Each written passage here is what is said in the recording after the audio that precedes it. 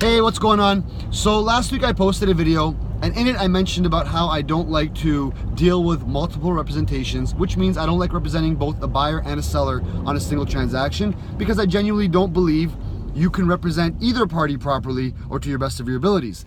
I actually had a couple agents, surprisingly enough, thank you for watching the videos, comment and message me privately and say, you know, you shouldn't really be saying that, you're kind of giving off the impression that it's unethical, etc., etc.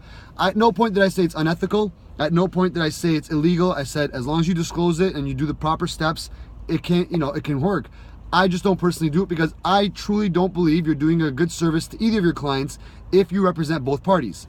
Just like you shouldn't have a lawyer, or you can't have a lawyer represent both sides of plaintiff and defendant, you shouldn't be able to do that for a transaction.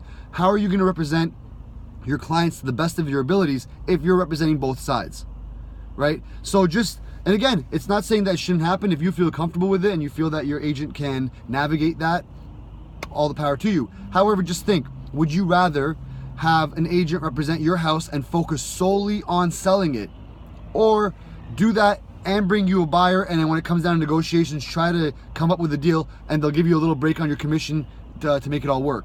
At the end of the day, it's really the real estate agent who's going to be benefiting the most out of double ending a property. Okay, so I don't recommend it.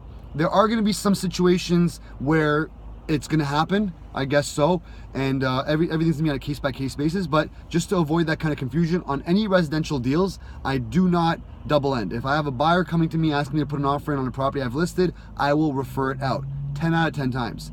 All right, so it's up to you. Just think about the actual scenario and see, is this going to be really beneficial to myself to save maybe 1% on my commission to have somebody represent both sides of the party? And as a buyer, do you really want somebody who's already signed and obligated to represent that listing to the best of their abilities to represent you as a buyer? So just something to think about. Let me know what you think. If you guys disagree with me or you agree, I'd love to hear what you think, and hope you're all having a great St. Paddy's Day. Have a good one.